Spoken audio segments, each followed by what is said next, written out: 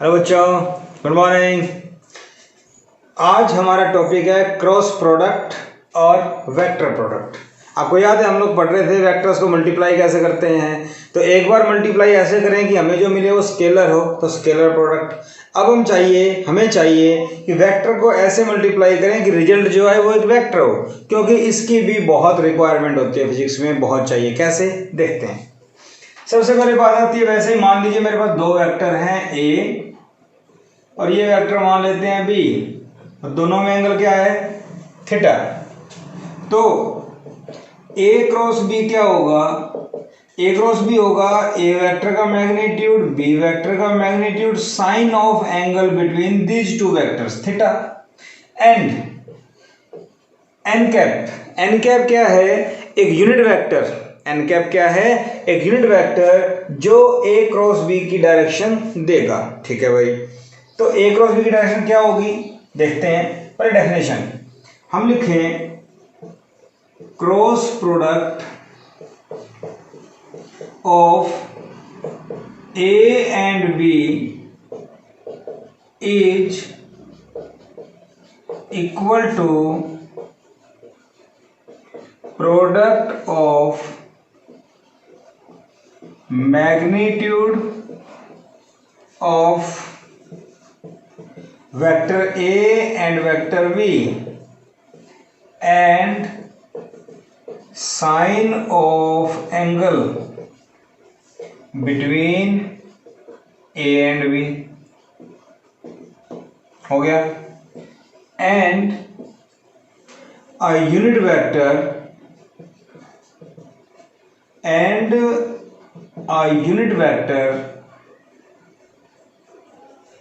perpendicular to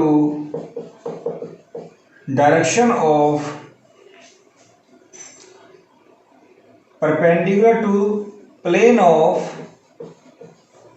A and B। मतलब क्या हुआ, क्रॉस प्रोडक्ट जो होगा ए और बी का वो किसके बराबर है, product of magnitude of A B and sine of angle between A and B. यहां तक कोई दिक्कत नहीं है, इसको मैं ऐसे भी लिख सकता हूं, A B sine theta n cap लिख सकता हूं। ठीक है। अब एन कैप क्या है, एक unit vector and a unit vector perpendicular to the plane of A and B. मतलब आपको पता है यूनिट वेक्टर क्या देता है, डायरेक्शन।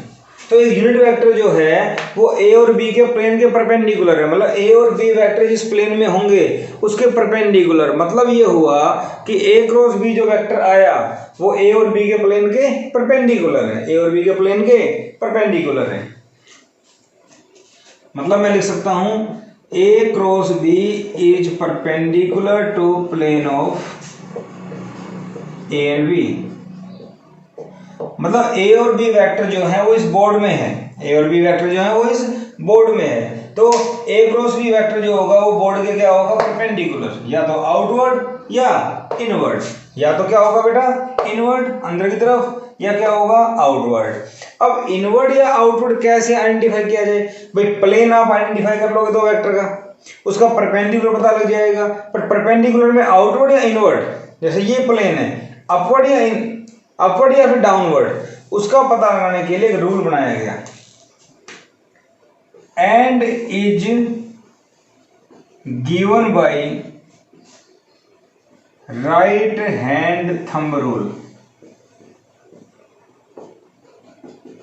क्या नाम दे दिया गया, राइट हैंड थंब रूल। कैसे, सपोज करो ये वेक्टर है ए, ये वेक्टर है बी, ए से बी की तरफ गए।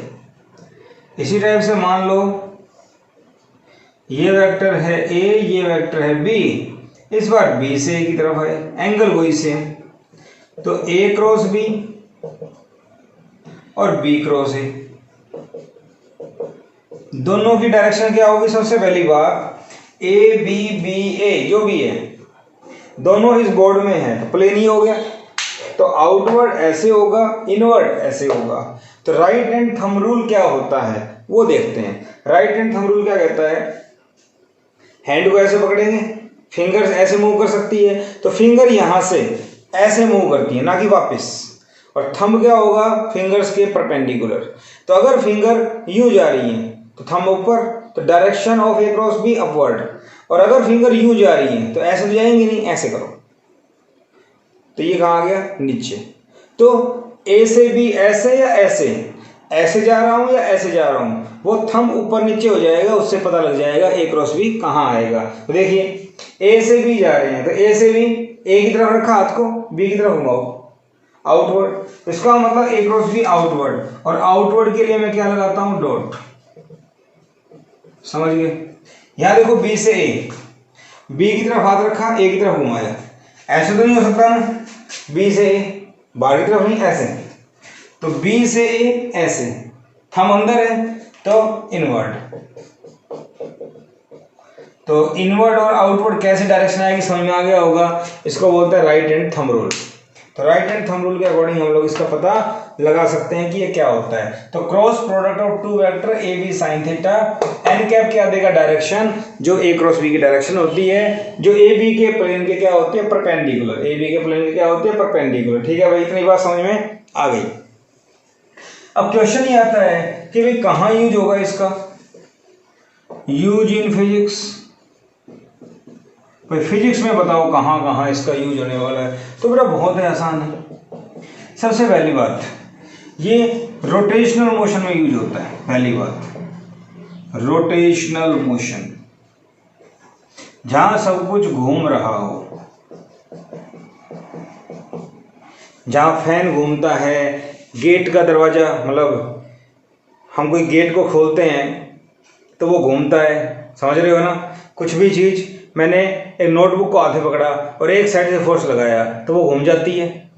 तो फोर्स लगाने से अगर कोई बॉडी घूम जाती है वो रोटेशनल मोशन है। और रोटेशनल मोशन में जो टॉर्क की बात करते हैं, किसी बात करते हैं, torque, angular momentum, angular velocity, angular acceleration, तो ये सब चीज़ें वहाँ आती हैं और वहाँ हमें क्रॉस प्रोडक्ट की रिक्वायरमेंट होती है। अभी शायद नहीं समझ में आएगा आपको, लेकिन जब रोटेशन का चैप्टर पढ़ेंगे नेक्स्ट आगे जाके, तब ये सब चीज़ें वहाँ यूज होगी। वहाँ वेक्टर यूज होगा। हम जो यहाँ वेक्टर पढ़ रहे हैं ये आगे जाके यूज होने वाला है। ठीक है, तो सबसे पहले क्या यूज होगा, टॉर्क, TORQE। तो फिर टॉर्क क्या होता है, सिंबल होता है टाउ, R क्रॉस F। समझ में आई बात। फोर्स उसकी परपेंडिकुलर डिस्टेंस एक्सिस से, फोर्स और उसकी परपेंडिकुलर डिस्टेंस एक एक्सिस से। तो आप सिंपली समझिए फोर्स और डिस्टेंस। तो R क्रॉस F क्या हो गया, AB, A की जगह R आ गया, F की जगह B आ गया, और नया जो वेक्टर उसका क्या नाम है, टॉर्क। तो टॉर्क की जो डायरेक्शन होती है वो R और F के क्या होती है, perpendicular. Tau is perpendicular to plane of R and F। समझ रहे हो मेरी बात। तो ये मैं इलस्ट्रेशन दे रहा हूं आपको कि इसको यूज कहाँ करते हैं। तो टॉर्क इसके परपेंडिकुलर होगा, इनके ऊपर न्यूमेरिकल बन जाते हैं कि भाई बताओ कैसे क्या हो रहा है। तो ये आपको पता होना चाहिए। ठीक है भाई, इतनी बात मुझे समझ में आ गई, टॉर्क परपेंडिकुलर है। तो ये फर्स्ट एग्जांपल मान लें। इसी टाइप से एंगुलर मोमेंटम, हमने लीनियर मोमेंटम सुना था पीछे, MV। एंगुलर मोमेंटम होता है L R cross P, P linear momentum, R distance मान लीजिए फिलहाल। तो L R क्रॉस P, तो दो चीजों का क्रॉस प्रोडक्ट L, तो L भी यहां पे क्या होगा, perpendicular to plane of R and P, R P के प्लेन के परपेंडिकुलर, क्योंकि R क्रॉस P की जो डायरेक्शन है वही तो L की है। तो R और P का जो प्लेन है R क्रॉस P उसके परपेंडिकुलर है, और ये परपेंडिकुलर है, ये भी परपेंडिकुलर है। ठीक है, इसी टाइप से V velocity omega cross R, omega होती है एंगुलर वेलोसिटी रोटेशन की, ये फॉर्मूला होता है। तो ओमेगा और R का जो प्लेन है भी उसके परपेंडिकुलर, इसको क्या बोलते हैं, एंगुलर वेलोसिटी। ये एंगुलर मोमेंटम, ये लीनियर वेलोसिटी या वेलोसिटी, लीनियर वेलोसिटी, ये डिस्टेंस। इसी टाइप से A acceleration, alpha cross R, alpha क्या होता है, एंगुलर एक्सेलरेशन, A क्या होता है, लीनियर एक्सेलरेशन और एक्सेलरेशन, कुछ भी बोल दो, R डिस्टेंस। समझ पा रहे हैं। तो इस टाइप से हमारे पास ये कुछ फॉर्मूले हैं, इनके ऊपर न्यूमेरिकल बन जाते हैं। जैसे क्रॉस प्रोडक्ट में बना था work equal to F dot D S power F dot V, तो इस टाइप से इनके ऊपर भी क्वेश्चन बन सकते हैं। तो इलस्ट्रेशन फिजिक्स में कहाँ यूज होता है? इन जगह में यूज होता है वेक्टर क्रॉस प्रोडक्ट। ठीक है भाई, इतनी बात मुझे समझ में आ गई। अब क्रॉस प्रोडक्ट की प्रॉपर्टीज की बात करते हैं। इसकी बात करते हैं प्रॉपर्टीज। देखो number 1, it is anti commutative. तो बेटा एंटी कम्यूटेटिव का मतलब है ये कम्यूटेटिव नहीं है। कम्यूटेटिव का मतलब उल्टा सीधा बराबर, जैसे A plus B B plus A dot B dot A, ये सब कम्यूटेटिव थे, ये नहीं है। क्यों? A cross B is not equal to B cross A. Check कर लेते हैं, ए क्रॉस बी निकालो। ए क्रॉस बी क्या आएगा? ए बी साइन थीटा, मान लेते हैं एन कैप। कैसे? ये ए ये बी, अभी भी क्या था लास्ट में? ए से बी ऐसे गए, तो बेटा डायरेक्शन क्या आई थी? ए से बी में ऐसे आउटवर्ड आई थी ना। अगर मैं लेता हूं बी क्रॉस ए,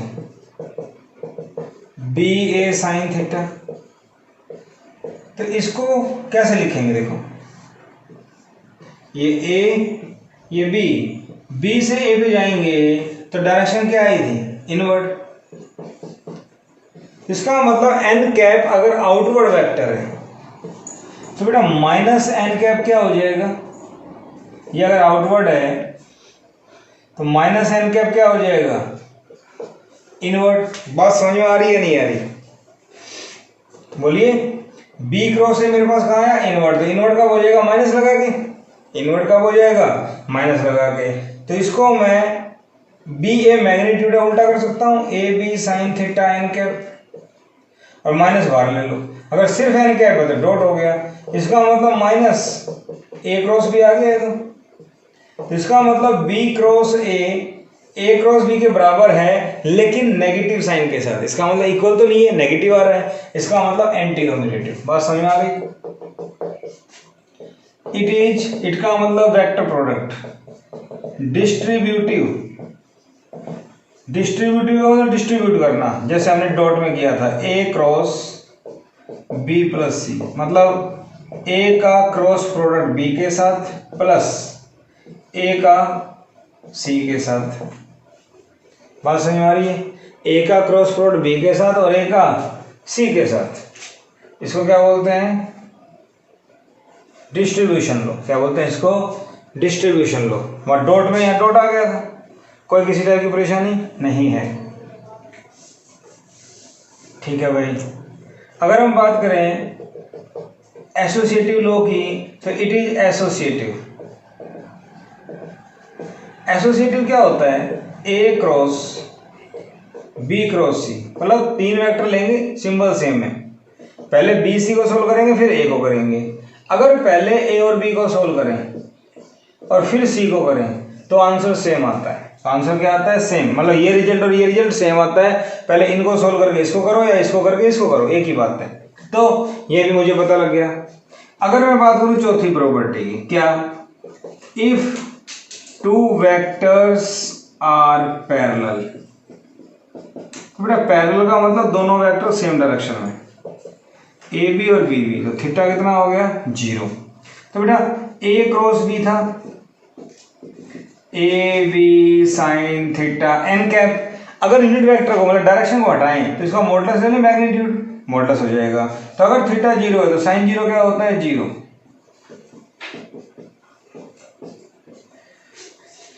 ठीक है, बहुत इंपॉर्टेंट प्रॉपर्टी है क्योंकि इसके ऊपर न्यूमेरिकल बन जाते हैं। क्या? अगर दो वेक्टर का क्रॉस प्रोडक्ट 0 आ जाता है, अगर दो वेक्टर का क्रॉस प्रोडक्ट 0 आ जाता है, इसका मतलब दोनों वेक्टर पैरेलल है। इसका मतलब दोनों वेक्टर पैरेलल है। आपका क्वेश्चन आ जाएंगे, दो वेक्टर दे देंगे, बताओ दोनों पैरेलल है, तो ऐसे कर देंगे, क्रॉस निकाल लेंगे। अगर क्रॉस 0 आ जाए तो पैरेलल, अगर 0 नहीं आए तो पैरेलल नहीं है। ठीक है, अगर दो वेक्टर में एंगल 0 है तो क्रॉस प्रोडक्ट का मैग्नीट्यूड 0 आ जाना चाहिए या क्रॉस प्रोडक्ट 0 आ जाना चाहिए। ठीक है भाई। तो अगर एंगल 0 है तो ऐसे होगा। अगर मैं आपसे बोल दूं कि भाई दो वेक्टर में एंगल 180 है, तो एंगल 180 अगर मैं यहीं कर दूं तो कोई दिक्कत नहीं है, ये अलग से कर लेते हैं। चलो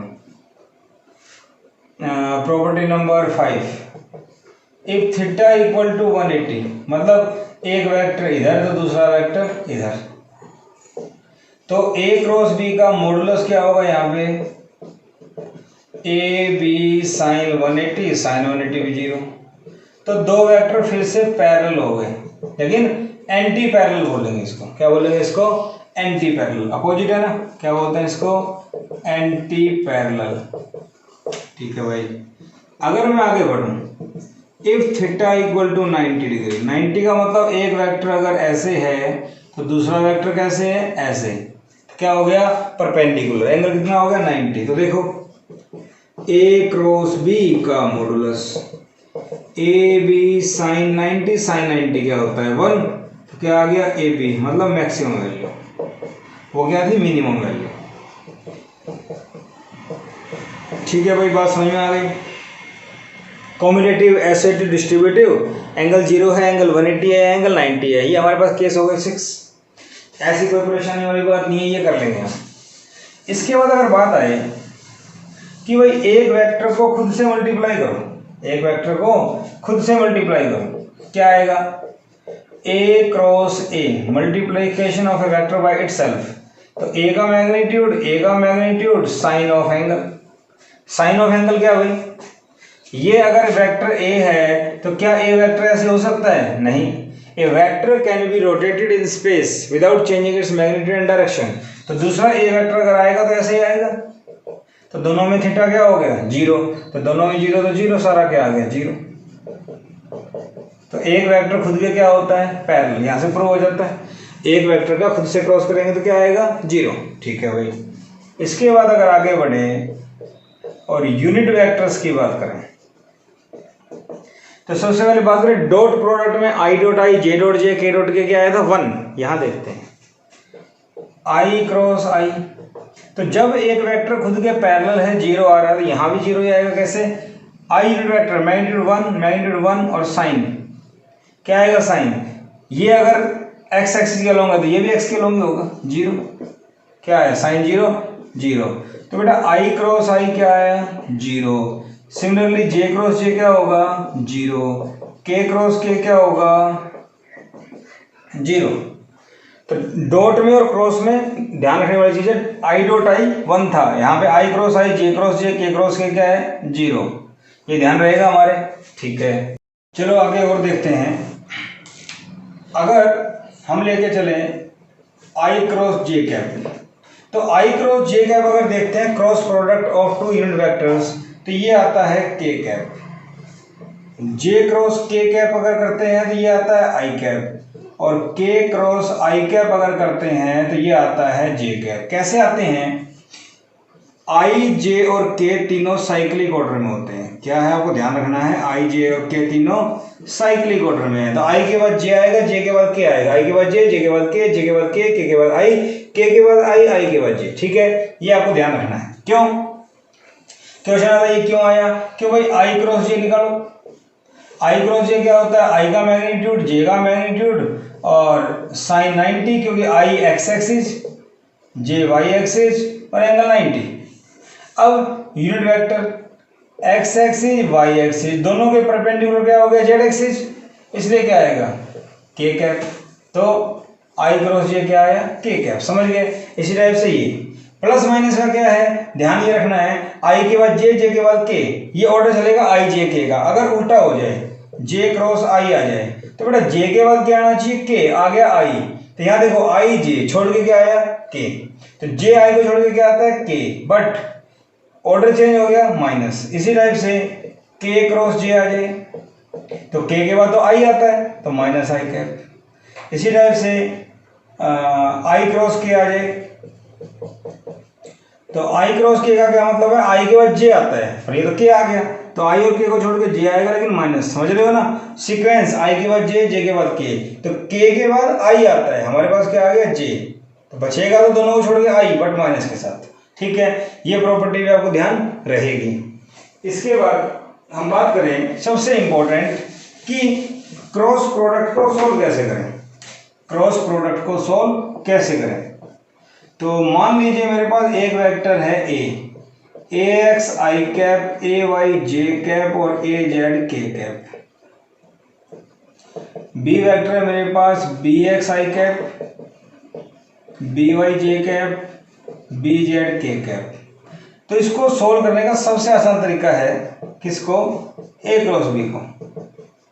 वैसे तो हम डायरेक्ट भी कर सकते हैं, बहुत आसान है, लेकिन हम यूज करेंगे डिटर्मिनेंट,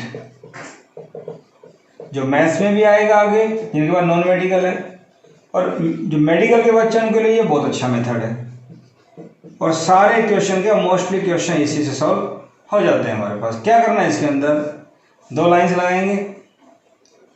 सबसे पहले आई कैप, यहाँ जे कैप और यहाँ के कैप, ये लिख देंगे।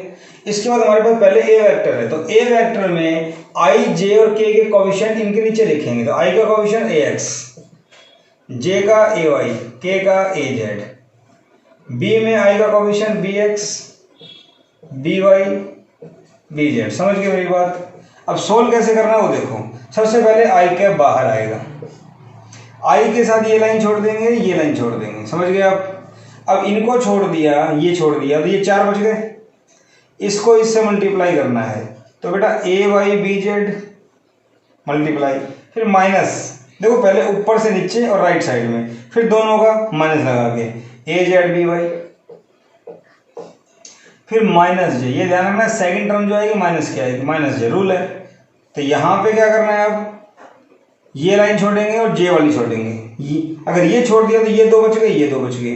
तो ए एक्स, देखो ये छोड़ दिया, ए एक्स बी एक्स, ए जेड बी जेड, ये बचेंगे। तो ए x B z minus A z B x plus तीसरा के कैप। के कैप में क्या आएगा भाई, ये छोड़ दो, ये छोड़ दो, तो यहां क्या बचेगा, ये चार, A x B y minus A y B x. I think बात समझ में आ गई आपको। तो यहां क्या हो गया, i cap A x B z minus A z B y. इसको प्लस कर देते हैं, प्लस कर देते हैं तो क्या हो जाएगा, ये टर्म माइनस की, ये प्लस की, तो ये आगे आ जाएगी A z B x minus A x B z plus k cap A x B y minus A y B x. आगे जाके इसके क्वेश्चंस करेंगे, अभी हम न्यूमेरिकल्स, तो वहां पे प्रैक्टिस हो जाएगी। फिलहाल ये मेथड है आपके पास ए क्रॉस बी का, ठीक है, आई जे के। और अगर आपको इसका मॉडुलस निकालना हो तो ए क्रॉस बी में आई जे के कोएफिशिएंट का स्केल हो जाएगा। समझ गया मेरी बात। तो डिटरमिनेंट रूल क्या कहता है, सबसे पहले आई जे के, सबसे पहला वेक्टर जो है उसके आई जे के कोएफिशिएंट लिखो, फिर सेकंड के आई बाहर, आई की लाइन छोड़ दो वर्टिकल, बाकी का इधर से इधर फर्स्ट टर्म, फिर माइनस लगा के सेकंड टर्म, फिर माइनस ये लगाएंगे, इसको छोड़ देंगे, फिर ऊपर से नीचे आगे की तरफ ये लेना राइट वाला, फिर माइनस लगा के ये वाला, फिर के कैप, इसको छोड़ देंगे, फिर ए एक्स बी वाई, ए वाई बी एक्स माइनस का। ठीक है, मेरे ख्याल से आपको समझ में आ गया फॉर्मूला क्या करना है। इसके बाद हम बात करें कि भाई इसके बाद क्या है। इसके बाद हम बात करेंगे, आपसे पूछे भाई एरिया ऑफ पैरेललोग्राम बताओ। तो एरिया ऑफ पैरेललोग्राम क्या होता है, ए क्रॉस बी निकालना आ गया, इसका मॉडुलस। और इसी में कोई आपसे पूछे कि भाई एरिया ऑफ ट्रायंगल बताओ, तो एरिया ऑफ ट्रायंगल क्या हो जाएगा, हाफ इंटू में ए क्रॉस बी। मेरी बात समझ रहे हो, एरिया ऑफ ट्रायंगल क्या हो जाएगा, हाफ इंटू में ए क्रॉस बी। तो यहां पे ध्यान क्या रखना है, A and B are sides of parallelogram. A और बी क्या है पैरेललोग्राम की साइड्स, ए और बी। एरिया ऑफ पैरेललोग्राम का फॉर्मूला क्या होगा, ए क्रॉस बी का मॉडुलस। एरिया ऑफ ट्रायंगल निकालना तो फॉर्मूला क्या होगा, half into A cross B. क्यों, क्योंकि अगर मैं बात करूं, ये वेक्टर ए है, ये वेक्टर बी है, और ये बनाया पैरेललोग्राम, समझ गए ना। तो पैरेललोग्राम में आपने देखा कि अगर ये डायगोनल है तो कितनी ट्रायंगल बन रही है, दो, और दोनों ट्रायंगल का एरिया सेम है, एरिया क्या है दोनों का सेम। तो अगर पूरे पैरेललोग्राम का एरिया ए क्रॉस बी है तो ट्रायंगल क्या हो जाएगा, हाफ। ठीक है, लेकिन अगर कोई आपसे बोले कि भाई A and B are diagonal of parallelogram, अगर पैरेललोग्राम के डायगोनल है, डायगोनल समझते हो आप, एक डायगोनल ये और एक डायगोनल ये, तो अगर ये डायगोनल है तो एरिया ऑफ पैरेललोग्राम क्या होगा? एरिया ऑफ पैरेललोग्राम क्या होगा? ए क्रॉस बी का हाफ। तो जो वहां पे ट्रायंगल का एरिया का फॉर्मूला आया था वो यहाँ पे एरिया का फॉर्मूला होगा। जो ट्रायंगल का एरिया का फॉर्मूला था वो यहाँ पे एरिया ऑफ पैरेललोग्राम होगा, अगर ए और बी डायगोनल दे रखे हो तो। बात समझ में आ गई आप लोगों को? ठीक है, अब हम देखते हैं नेक्स्ट प्रॉपर्टी 14। कभी कभी एंगल निकालना पूछ लेते हैं। तो हमारे पास फॉर्मूला था A cross B, A B sine theta, n क्या बता दिया मॉडुलस लेके। तो यहाँ पे अगर आपको साइन थीटा चाहिए तो ये हो जाएगा A cross B divide by A B. A cross B divide by A B.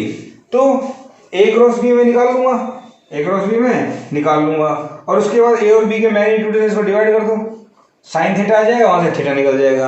तो अगर दो वेक्टर में एंगल निकालना हो और कोई आपसे कहते हैं कि क्रॉस प्रोडक्ट से ही करो, तो आप ऐसे कर सकते हो।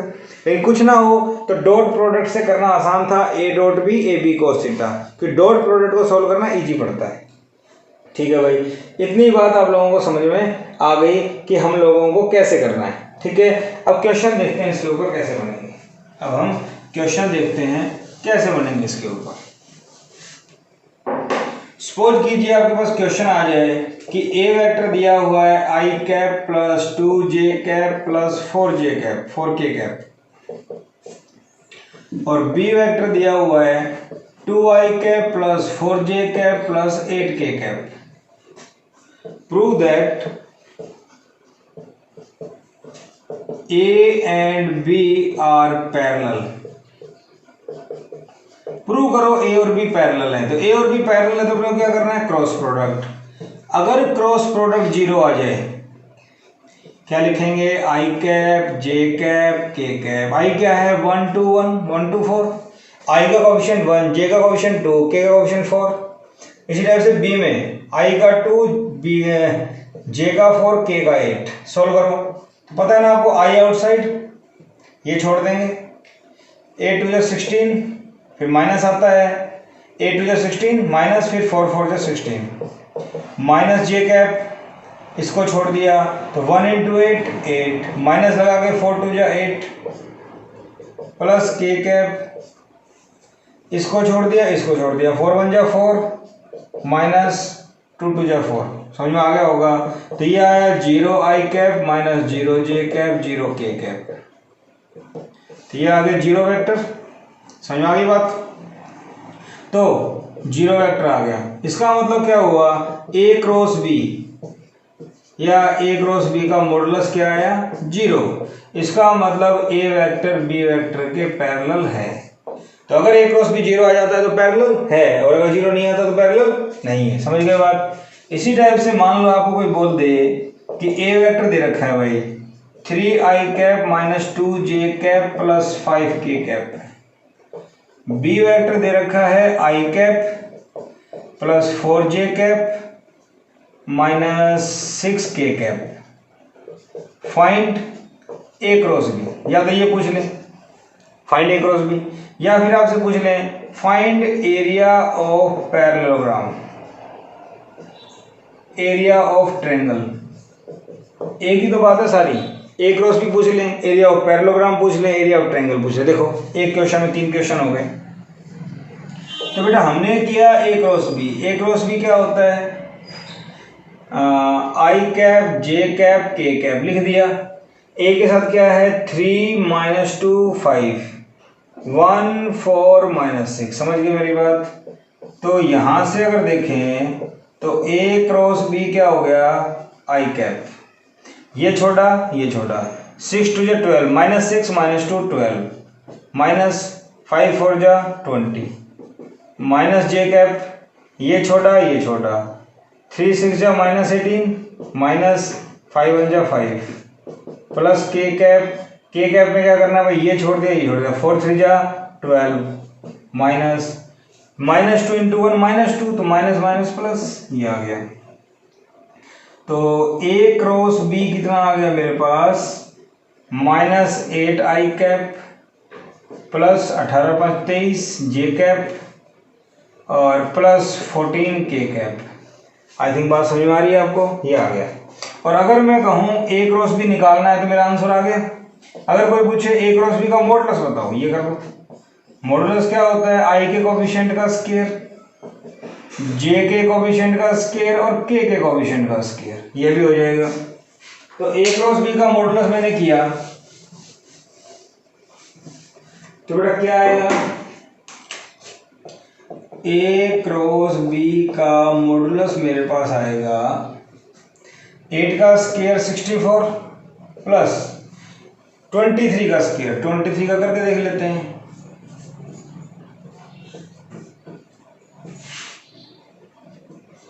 तो ये आएगा 529, तो 23 का स्क्वायर आया 529 और 14 का होता है 196। सारे को सोल्व करेंगे तो मेरा आंसर आ जाएगा। तो अगर आपसे पूछा जाए कि ए क्रॉस बी का मोड बताओ तो ये आ जाएगा। लेकिन अगर कोई आपसे पूछे कि एरिया ऑफ पैरेललोग्राम बताओ भाई, तो एरिया ऑफ पैरेललोग्राम ये आ जाएगा और ये क्या हो जाएगा? यूनिट स्क्वायर, क्योंकि पैरेललोग्राम में साइड है, यूनिट तो होती है, यहाँ कोई यूनिट मेंशन नहीं है, तो मीटर सेंटीमीटर कुछ तो होगा ना, तो हमने यूनिट मान लिया। तो एरिया की metre square, centimetre square, unit square, solve कर लेंगे इसको। अगर कोई यहाँ से आपसे पूछ ले कि भाई एरिया ऑफ ट्रायंगल बताओ, तो पैरेललोग्राम का जो एरिया आया उसका हाफ कर देंगे। क्या मेरी बात समझ में आ रही है? पैरेललोग्राम में कितने ट्रायंगल होती हैं? 2, अभी समझाया था। तो मेरे ख्याल से बात समझ में आई होगी। अगर ए क्रॉस बी निकालना आता है तो मैं सोल्व कर सकता हूँ। अगर मुझसे पूछे ए बी दे रखा है बताओ, दोनों पैरेलल हैं, ए क्रॉस बी निकालो, अगर 0 आ जाए तो है। अगर कोई पूछे ए क्रॉस बी निकालो, निकाल देंगे। ए क्रॉस बी का मॉडुलस बताओ, निकाल देंगे। अगर कोई आपसे पूछे एरिया ऑफ पैरेललोग्राम बताओ, तो ए क्रॉस बी निकाल लो और उसका मॉडुलस कर दो, आ जाएगा ये भी। अगर कोई आपसे पूछे कि एरिया ऑफ ट्रायंगल बताओ और ए और बी साइड है, कुछ नहीं दे रखा हो तो ए और बी साइड ही होती हैं, तो ए क्रॉस बी निकालो, उसका मॉडुलस करो और जो भी आए उसका हाफ कर दो, हमारा आंसर आ जाएगा। लेकिन अगर कोई आपसे पूछे, क्वेश्चन को घुमा दे थोड़ा सा, कि ए और बी 2 यूनिट वेक्टर है, एक ऐसा यूनिट वेक्टर बताओ या एक ऐसा वेक्टर बताओ जो ए और बी के प्लेन के परपेंडिकुलर है। मान लीजिए क्वेश्चन है, A vector is 2i cap 7j cap plus k cap sorry minus k cap, b vector equal to 2i cap plus 6k cap. Find a vector which is perpendicular to the plane of a and b। Find a vector which is perpendicular to the plane of a and b। क्या करें? सबसे पहले इसने बोला एक ऐसा vector बताओ जो ए और बी के प्लेन के परपेंडिकुलर है। तो ए और बी के प्लेन के परपेंडिकुलर का कंसेप्ट कहां से आया? क्रॉस प्रोडक्ट से। कहां से आया बेटा? क्रॉस प्रोडक्ट से। क्रॉस प्रोडक्ट का मतलब ए क्रॉस बी निकाल लो और इसको मान लो सी। तो ये जो सोल्व करके आएगा सी, वो सी वेक्टर क्या होगा? ए और बी के प्लेन के परपेंडिकुलर। सोल्व करना आपको आता है, ये आई जे के, आई क्या है 2 7 -1 2 0 के क्या है 6। तो ये सोल्व आप कर लेंगे तो ये वेक्टर मेरे पास आ जाएगा जो ए और बी के प्लेन के परपेंडिकुलर है। समझ गए ना? सोल्व कर लेते हैं, चलो। आई कैप 6 7 जा 42 0 माइनस जे कैप, ये छोड़ दो, 6 2 जा 12 माइनस 2 +2 प्लस के कैप, इसको छोड़ दो, तो ये 0 -14, तो इसको सॉल्व कर लो। 42 आई कैप माइनस 14 जे कैप माइनस 14 के कैप, तो ये मेरे पास आ गया। C is the vector which is perpendicular to the plane of A and B. ऐसा क्वेश्चन आ जाए। अगर क्वेश्चन में आपसे पूछ लें find a unit vector, find a unit vector which is perpendicular to board, चलो मैं ऐसा क्वेश्चन लिख देता हूं। Find a vector and a unit vector perpendicular to both A and B। तो क्या करेंगे? A क्रॉस B निकाल लेंगे, ये आ गया, ये वेक्टर आ गया जो A और B के परपेंडिकुलर है, तो वेक्टर का आंसर आ गया। अगर यूनिट वेक्टर पूछा जाए तो यूनिट वेक्टर क्या होगा? वेक्टर डिवाइड बाई इसका मैग्नीट्यूड, तो 14 आई कैप माइनस 14 जे कैप प्लस 14 के कैप, 42 आई कैप माइनस 14 जे कैप, और यहाँ माइनस है तो माइनस आएगा यहाँ पे। अब ठीक है, मॉडुलस करेंगे तो बेटा 42 का स्क्वायर आई के कोएफिशिएंट का माइनस 14 का स्क्वायर माइनस 14 का स्क्वायर सॉल्व कर लेंगे। जो भी सॉल्व करके आएगा मेरे पास यूनिट वेक्टर आ जाएगा। तो मेरा मकसद है आपको फॉर्मूला बताना कैसे यूज करना है, कैलकुलेशन आप करते रहेंगे। तो अगर कोई आपसे पूछे यूनिट वेक्टर बताओ जो परपेंडिकुलर है, तो वेक्टर निकाल लो, उसका परपेंडिकुलर कर दो, तो वेक्टर को उसके मैग्नीट्यूड से डिवाइड कर दो, क्या आ जाएगा यूनिट वेक्टर। ठीक है भाई। इसके बाद कोई आपसे पूछे कि force acting on a body is 2i cap plus j cap plus 2k cap, ठीक है भाई, and it's displacement from axis is i cap plus k cap, find torque.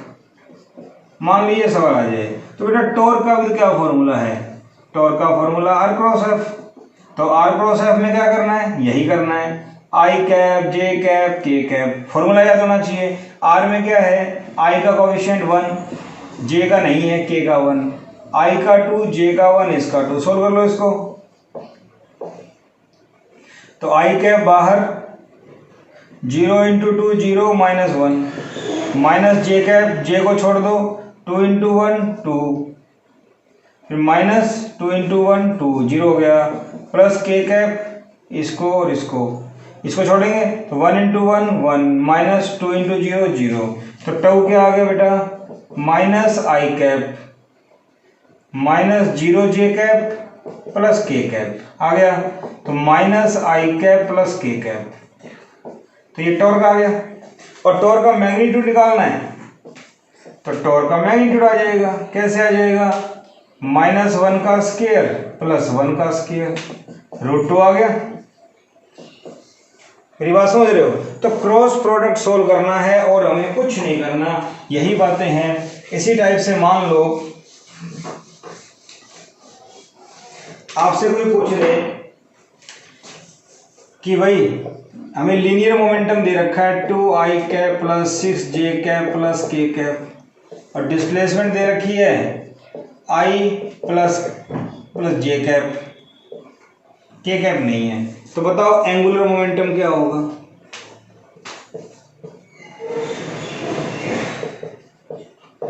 Angular momentum क्या होगा, इसमें क्या करना है, L equal to R cross P, L R cross P. तो वही modulus i cap j cap k cap, i cap R है, पहले आर में क्या लिखेंगे 1 1 0, पी में क्या है 2 6 1, आगे सोल्व करना आपको आता है, आ जाएगा। इसी टाइप से मान लो क्वेश्चन आ जाए, आपको सोल्व करना है खुद से नोटबुक में। अगर मान लो आपके पास क्वेश्चन आ जाए कि आर दे रखा है displacement vector i cap plus j cap plus k cap, और एंगुलर वेलोसिटी आपको दे रखी है 2i cap plus 4k cap, find linear velocity vector. तो क्या फॉर्मूला बताया था मैंने, v equal to omega cross R, समझ रहे हो? तो क्या करेंगे, वही i cap j cap k cap, i cap क्या है बेटा, मतलब पहले क्या था यहाँ पे ओमेगा, ओमेगा क्या है 2, जे नहीं है 4, आर में क्या है 1 1 1, भाई आई का ऑप्शन 1, जे का 1, के का 1, आगे सॉल्व कर लोगे आप, आगे इसको सॉल्व कर लोगे। तो इस टाइप से हमारे पास फिजिक्स में जो आगे जाके फॉर्मूले आने वाले हैं उनके ऊपर क्वेश्चन आ जाते हैं क्रॉस प्रोडक्ट में, और किसी किसी बुक्स में तो आपको रोटेशन वाला जो चैप्टर आएगा वहाँ पे ऐसे क्वेश्चन मिलेंगे। लेकिन वेक्टर हमें आता है तो हम लोग अभी सॉल्व कर सकते हैं इनको, क्योंकि क्वेश्चन की लैंग्वेज चेंज हो जाती है, मेथड तो वही रहता है। तो क्रॉस प्रोडक्ट में एरिया ऑफ पैरेललोग्राम, दो वेक्टर पैरेलल प्रूव करने हो, या एरिया ऑफ ट्रायंगल निकालना, तो हम लोग कर सकते हैं। अगर आपको लेक्चर पसंद आया हो तो प्लीज़ इसको सब्सक्राइब कीजिए, ताकि आगे तक पूरी +1 के जितने भी लेक्चर होंगे उनका नोटिफिकेशन आपके पास पहले ही आ जाएगा, और अपने फ्रेंड्स को भी बताएं।